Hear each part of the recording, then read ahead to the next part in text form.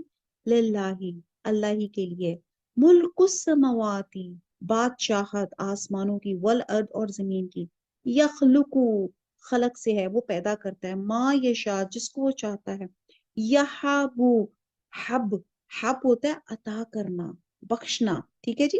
ربنا حب لنا، ہم ایک دعا پڑھتے ہیں نا، حب لنا من ازواجنا، تو حب ہوتا ہے عطا کر، لمن یشاء، جس کو چاہتا ہے، اناسن، اناسن جیسے اردو کا لفظ مونس ہوتا ہے نا، بیٹیاں، لڑکیاں، وَيَحَبُ، اور عطا کرتا ہے وہ، لمن، جس کو، یشاء، چاہتا ہے، الذکور، ذکور مذکر سے ہے، جیسے مرد، ٹھیک ہے، یا بیٹے، با محاورہ. آیت نمبر 49. 49 اور 50 جو ہے نا ذرا ساتھ ساتھ ہی، چلے پہلے 49 دیکھ لیتے ہیں. چینج کر دیجیے. Okay, thank you. پیج میں نے چینج کر دیا. اب 49 کا با محاورہ دیکھتے ہیں کہ تمام بادشاہت اللہ ہی کی ہے، آسمانوں کی بھی اور زمین کی بھی، اور وہ جو چاہتا ہے پیدا کرتا ہے، جسے چاہتا ہے بیٹیاں عطا کرتا ہے، اور جسے چاہتا ہے بیٹے بخشتا ہے.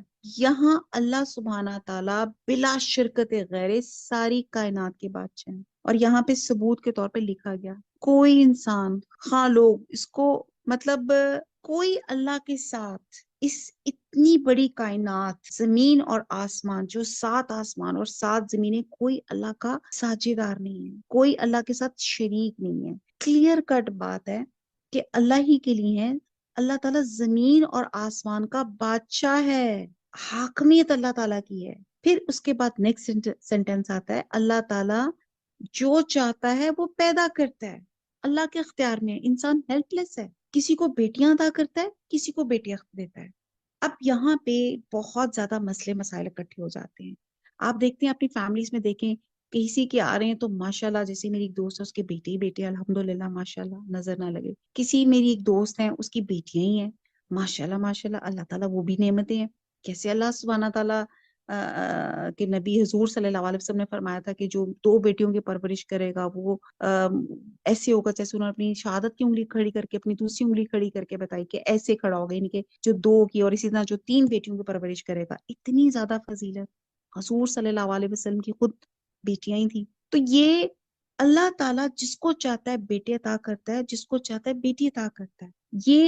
یہ ہم ہیلپ لیس ہیں، ہم کچھ بھی نہیں کر سکتے. اللہ تعالیٰ پیدائش کے ہر طریقے پہ قادر ہے. اللہ تعالیٰ نے مجھے اور آپ کو ماں باپ کے ملنے سے بنایا گیا، یعنی کہ نارمل جس کو ہم سمجھتے ہیں، مرد اور عورت نکاح کے بعد جو بچے پیدا ہوتے ہیں وہ ماں باپ سے جو ہوتے ہیں، ایک اللہ تعالیٰ اس پہ بھی قادر ہے. اللہ تعالیٰ نے حضرت آدم علیہ السلام، دنیا کا جو پہلے انسان تھے، ان کو بغیر ماں باپ کے بنایا. حضرت حوا جو پہلی خاتون تھی دنیا کی، ان کو حضرت آدم علیہ السلام کی پسلی سے بنایا.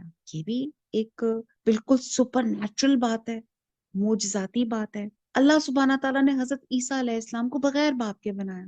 یہ بھی معجزانہ بات ہے. اللہ سبحانہ تعالیٰ نے حضرت ابراہیم علیہ السلام کو، حضرت زکریا علیہ السلام کو، جب ان کو میڈیکلی ان کی بیویاں ڈکلیئر ہو چکی ہوئی تھی کہ وہ بچہ پیدا نہیں کر سکتی، اللہ تعالیٰ نے تب بھی ان کو اولاد سے نوازا. سمجھ آ رہی ہے؟ تو یہ تمام چیزیں اللہ کے ہاتھ میں ہیں. ہم تو اللہ کے ہاتھ میں جسٹ پپٹس ہیں. اور یہاں پہ اللہ تعالیٰ بتا رہے ہیں کہ اللہ تعالیٰ جس کو چاہتا ہے، یہ اللہ کی حکمت ہے، کسی کو بیٹے عطا کرتا ہے، کسی کو بیٹی عطا فرماتا ہے. انسان خواہ اللہ کا کتنا بھی مقرب ہو، کتنا روحانی پیشوا ہو، بہت بڑا، وہ اپنی خواہش سے اولاد پیدا کر ہی نہیں سکتا. اور جس کو اللہ نے بانجھ کر دیا، کسی دعا، کسی علاج، کسی تعویذ سے وہ اولاد والا بن ہی نہ سکا. اور یعنی کہ یہ اللہ تعالیٰ کے ہاتھ میں. حضرت عائشہ رضی اللہ تعالیٰ عنہ کو دیکھ لیں، امہات المومنین، حضور صلی اللہ علیہ وسلم کی زوجہ، بے اولاد، ان کی اولاد ہی نہیں تھی. کیا خیال ہے وہ دعا نہیں مانگتی ہوں گی؟ اللہ کے رسول دعا نہیں مانگتے ہوں گے؟ حضرت عائشہ کی نہیں ہوگی، آپ اتنے اچھے ہیں اللہ کے رسول، پلیز اللہ سے دعا کریں مجھے اولاد دے. اللہ کی حکمت تھی، حضرت عائشہ کے پاس اولاد نہیں تھی.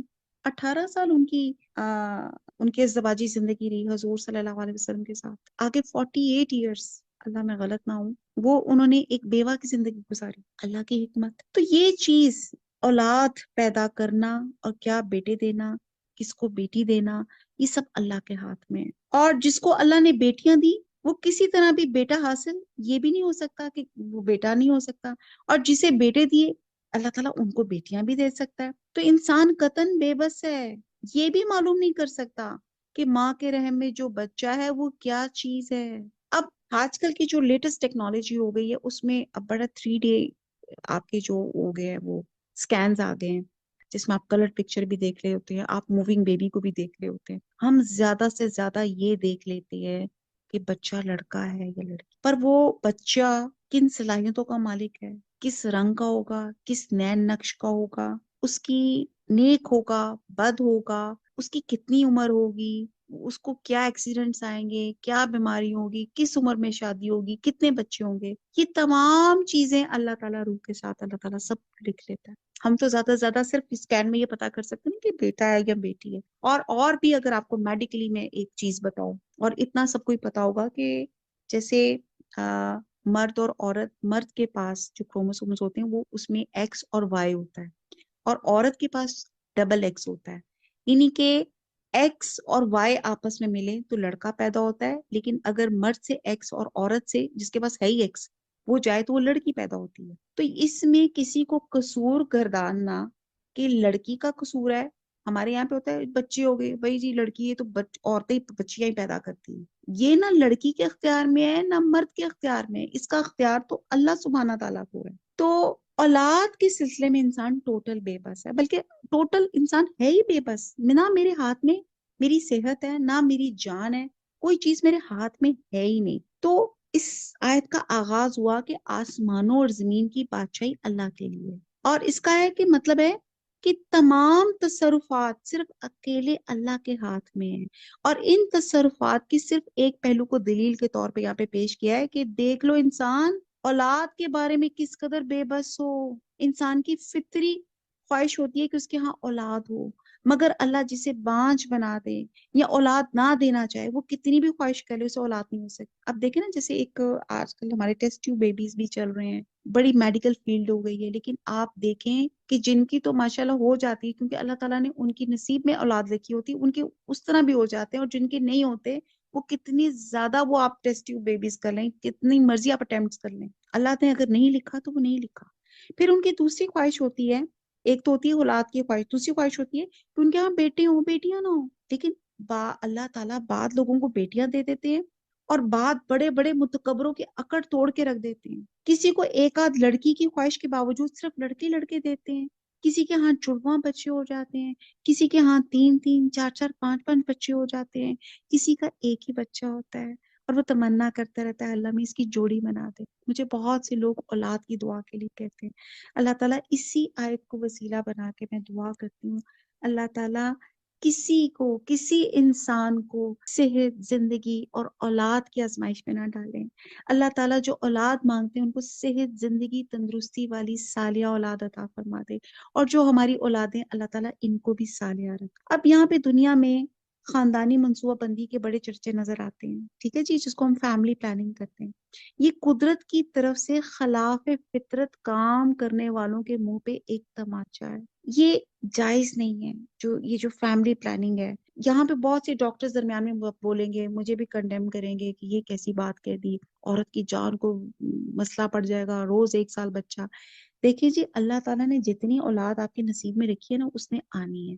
ہماری ایک آنٹی تھی، ان کی ایک ٹیوب تھی، 2 ٹیوبز ہوتی ہیں آپ کے اندر، انہوں نے ایک ٹیوب میں بھی بچے پیدا کر لی جس روح نے آنا ہوتا ہے. تو بہرحال، اور جہاں چھپڑ پھاڑ آنا ہوتا ہے وہ بھی اللہ تعالیٰ کو پتا ہوتا ہے کہ یہاں اتنی زیادہ اولاد آنی ہے. تو بہرحال یہ اللہ کا کرم ہے. اور حضور صلی اللہ علیہ وسلم کہتے تھے کہ میں امت کی ان ماؤں پہ میں رشک کروں گا جو بہت زیادہ بچہ جننے والی ہوں گی. اور ہمارے یہاں پہ 1 سے 2 سے 4 سے 5 بچے ہو جائے تو لوگ شکلیں بنانے لگ جاتے، لگتا ہے، کہتے ہیں کہ لوگ لگتا ہے ان کو تو اور کوئی علاوہ کام ہی نہیں ہے بچہ پیدا کرنے کے علاوہ، یا مذاق اڑاتے ہیں. اللہ کی قدرت ہے، اللہ نے لکھا ہوا ہے وہ اولاد آنی ہے. اولاد کو اچھی طرح سے ویلکم کریں، چاہے وہ بیٹا ہے یا بیٹی ہے. تو بہرحال یہاں پہ دیکھیں کہ اللہ کے علاوہ کوئی دوسری ہستی، کوئی بت، کوئی آستانہ، کوئی پیر، کوئی پیغمبر، اللہ کے علاوہ کوئی مدد نہیں کر سکتا. یہ صرف اللہ کے ہاتھ میں ہے. جیسے حضرت لوط علیہ السلام اور حضرت شعیب علیہ السلام کی کہتے ہیں کہ بیٹیاں ہی بیٹیاں تھیں، بیٹا کوئی نہیں تھا، ٹھیک ہے. حضور صلی اللہ علیہ وسلم کی بھی بیٹیاں تھیں، بیٹے ہوئے بچپن میں فوت ہو گئے. تو آپ یہ دیکھتے ہیں کہ یہ تمام چیزیں انسان کے ہاتھ ہی میں نہیں ہیں۔ اللہ سے دعا مانگتے ہیں اس دعا کے ساتھ کہ اللہ تعالیٰ میرے جتنے بہن بھائیوں نے، میرے جتنے جاننے والوں نے، جن بچوں کی شادیاں بھی ہوئی ہیں اور وہ اولاد کے انتظار میں ہیں، میری ایک بہت پیاری دوست، اس کی بیٹی، اللہ تعالیٰ اس کو خیر و عافیت سے، اللہ تعالیٰ نیک اور صالح اولاد سے نوازے، اور جتنے اور لوگ بھی دعاؤں کے لیے کہتے ہیں، ہماری فیملی میں بہت سے لوگ ہیں جن کو اللہ تعالیٰ نے اولاد نہیں دی، اللہ تعالیٰ سب کو صحت تندرستی والی صالح اولاد سے نوازے۔ رب حبلی من الصالحین، رب لا تذرنی فردن وانت خیر الوارثین۔ جی یہ ہماری آج پارہ نمبر 25 تھا، سورہ شورى تھی، اور سورہ شورى کی آیت نمبر ہم نے 50 تک الحمدللہ پڑھ لی۔ انشاءاللہ تعالیٰ کل ہم 51 سے آنورڈ شروع کریں گے۔ جی اس سلسلے میں کوئی سوال آپ لوگوں نے کرنا ہے آپ کر سکتے ہیں۔ صاحبہ میں جی نے جی کرنا ہے۔ جی جی ضرور۔ صاحبہ ایک اس والے میسج میں ایک آپ نے بات کی تھی نا کہ جی جی کوئی بات کی تھی سوری والی، تو میں یہ کہہ رہی ہوں کہ جو ہم ہوتے ہیں جی جی ہم کسی کو معاف کر دیتے ہیں، جی جی جو ہمیں دکھ دیتے ہیں تکلیف دیتے ہیں تو ہم انہیں معاف تو کر دیتے ہیں، لیکن جی دل جی میں تو دکھ رہ جاتا ہے، تو اس کو بھی خود اللہ ناراض ہوئے گا کہ دل میں دکھ کیوں رہ گیا۔ دیکھیں جی، دل سے معاف کرنا ہے تو دل سے معاف کریں نا، دل میں نہیں کیوں تو رکھیں؟ پھر وہ دکھ تو ہوتا ہی رہتا ہی ہے نا دل میں۔ میں وہی تو آپ سے کہہ رہی ہوں کہ آپ اس طرح معاف کریں کہ دل میں آ جاتا ہے، وہ ایک وہ ظاہر ہے انسان کی فطرت ہے، کچھ نہ کچھ رہ جاتا ہے، ہم ولی پیغمبر تو ہے نہیں، ہم اگر معاف بھی جی کر دیتے ہیں تو دل میں وہ بات رہ ہی جاتی ہے سم ہاؤ، کوشش کریں کہ اس ہاں کو بھی جی ختم کر دیں، اپنے دل کو ٹھیک ہے صاف رکھیں، اگر معاف کر دیے تو دل سے معاف کریں اور اللہ پہ چھوڑ دیں، جیسے میں اکثر کہتی ہوں نا، اللہ بہترین وکیل ہے ہمارا، اللہ سے باتیں کیا کریں۔ ٹھیک ہے میں تو خود اللہ ٹھیک سے ہے باتیں کرتی ہوں، مجھے ایز یو آل نو میرے ہسبینڈ ہی میرے بیسٹ فرینڈ تھے اور میں بہت باتیں کرتی تھی، آئی واز ویری ٹاکٹیو۔ اب وہ نہیں ہے تو میں اب اللہ سے باتیں کرتی ہوں، مجھے بہت سی چیزیں ہوتی ہیں میں اللہ سے بات کرتی ہوں، آپ بھی اللہ سے باتیں کیا کریں۔ ٹھیک ہے۔ جی جی جی، کوئی اور سوال کرنا چاہے؟ جی انشاءاللہ جی کل ملاقات ہوتی ہے۔ وما علینا الا البلاغ سبحانک اللہم وبحمدک نشہد ان لا الہ الا انت نستغفرک ونتوب الیک۔ والسلام علیکم ورحمۃ اللہ وبرکاتہ۔